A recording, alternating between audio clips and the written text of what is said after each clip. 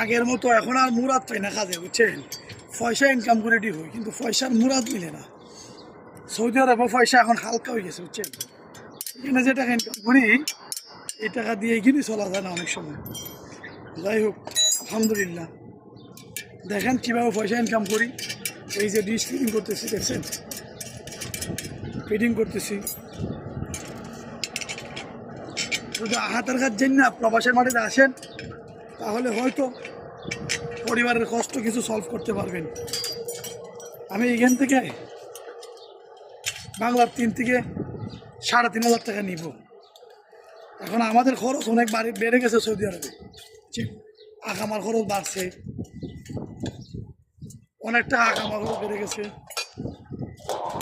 এরপরে জিনিসপত্রের অনেক দাম। আগের মতো এখন আর ইনকাম করা যায় না। আগে তো আমরা 200-250 টাকা দিলে খাবার পাইতাম। এখন আমাদের খাবার ওই মাসে 3-4 হাজার টাকা লাগে।